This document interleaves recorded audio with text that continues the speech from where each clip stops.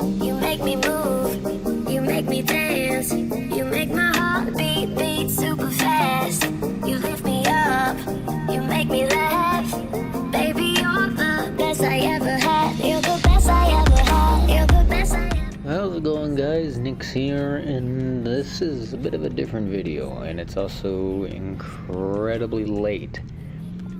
It's almost a year late, but we're not gonna worry about that.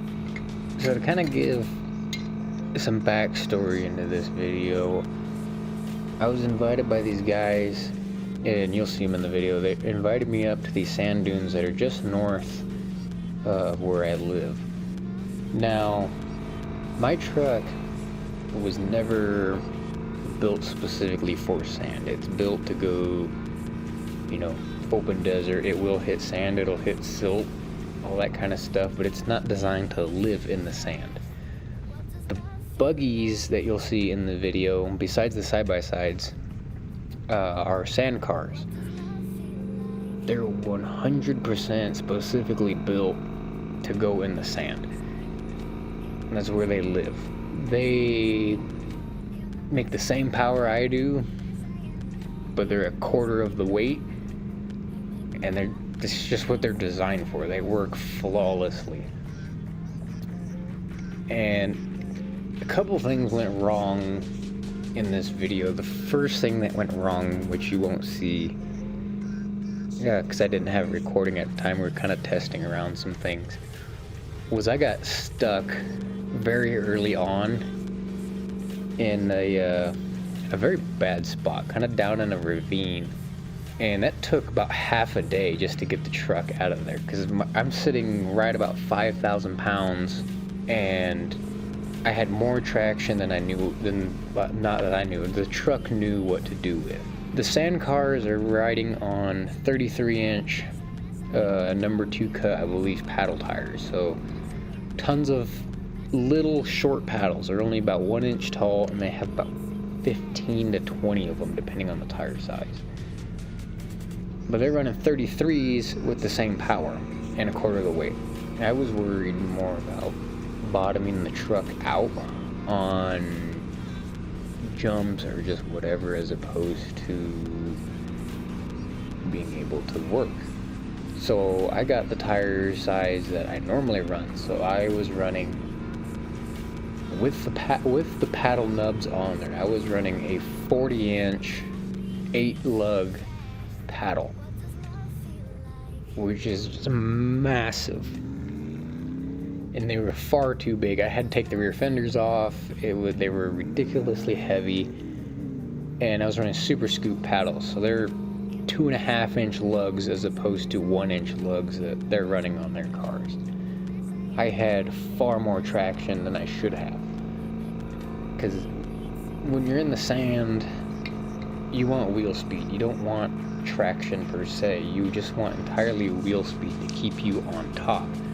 The more dig you have, the better chance you have of burying yourself, and then you have issues. And that's what I was running into. Is that morning, going out for a test ride, I buried the truck in a very bad spot. Took half of the day to get out. We got it out, and looked it over. Everything was fine. Kind of bummed around the camp for a little bit. It started raining, so we just hung out there for a good while. So we go riding. Great time. We weren't opening up anything really crazy. This was the truck's second time out in dirt or sand since I got it to where I wanted it. So we weren't looking to do anything crazy with it. We were just out having fun, following these guys around, and quite frankly, the side-by-side guys wouldn't be able to keep up with the sand cars and what I could do if I could get it wide open. So we were just kind of bumming around. And that'll be a lot of this video. So that brings us to the first little issue that we have. And that is, the entire time riding out there, I was kind of following the smaller machines because something didn't seem right. I mean, I was in second gear the whole time, which is more than enough power to get it through that, but it didn't seem like it wanted to do anything. It was just really, really slow to climb. It was very annoyed at everything I wanted it to do. So we stopped. These guys were climbing, I think that was Pipeline Hill. You can see these guys climbing up. It has a big gas pipeline. I think it's gas. It's either gas or jet fuel. I can't remember what was going through that line. But they're climbing up that hill and they're just goofing off.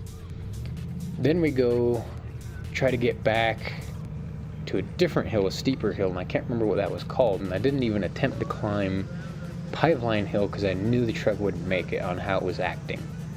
They kept wanting me to, I knew it wouldn't make it. So I just made probably the good decision of not, because we would have had an issue there. So instead we take a low path back to a different hill.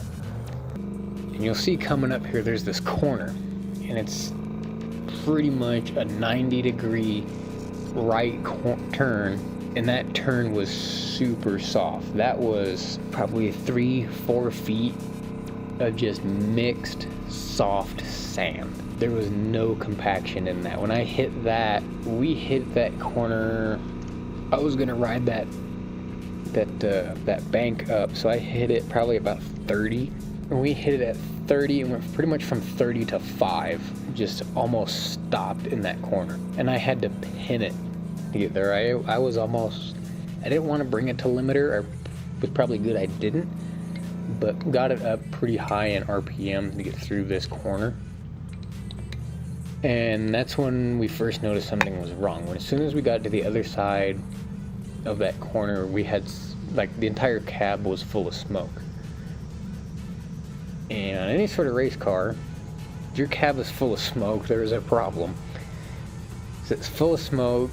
You know, jumped out, climbed underneath to see if anything was actually on fire, and that's when I seen there was just transmission fluid everywhere. I mean, the entire bottom of the truck was just coated in fluid. So we popped the hood, or bold to say pop the hood, we removed the hood and topped it off on fluid, started it a couple times, looked to see if anything was actively leaking. Nothing was pumping out of it. So it wasn't coming from the pump or the return lines. It must have been a pressure thing, we were thinking at the time. And it got me thinking that there was the guy I bought it from, I don't know if he did it or who did it, but somebody put a screw in the top of the breather line on the case. Now there's 2 vents on this transmission, right? I'm running a Turbo 400 transmission. There's 2 vents. There's one on the tail shaft and there's one on the main body of the case. The one on the tail shaft I couldn't see or even get to know if they did anything with that. The one on the body I could see and kind of feel up on there, and they had a little hose sticking out of it, but they put a bolt in it. And so I didn't want the trans getting full of sand, because I didn't want to toast the trans or destroy it in any way that would, you know, ruin it, pretty much destroy it. So I just left it there and figured, well, we'll limp it back to camp and deal with it then. Hop back in, go take off. We hit that corner again. I stuck it in first to try and get the most RPM that I could, just to push through. I wasn't looking for a whole lot of wheel speed or anything. I just wanted to push through that corner and then keep going.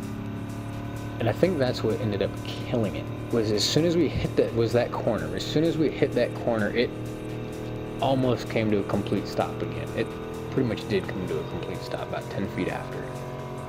Hit that corner, hit rev limiter, and more smoke, just instant smoke.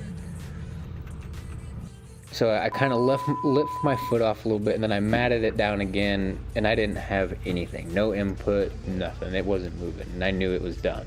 Let it coast down to this little flat spot where we got to check it out, and that's pretty much all that's in this video.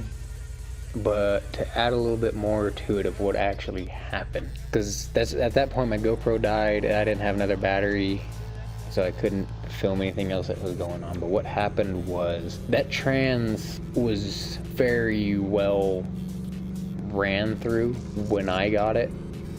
They said it didn't have a whole lot of race miles or anything on since it was built, so I figured something internally definitely wasn't happy. I figured we ran out of fluid and it was just blowing it everywhere.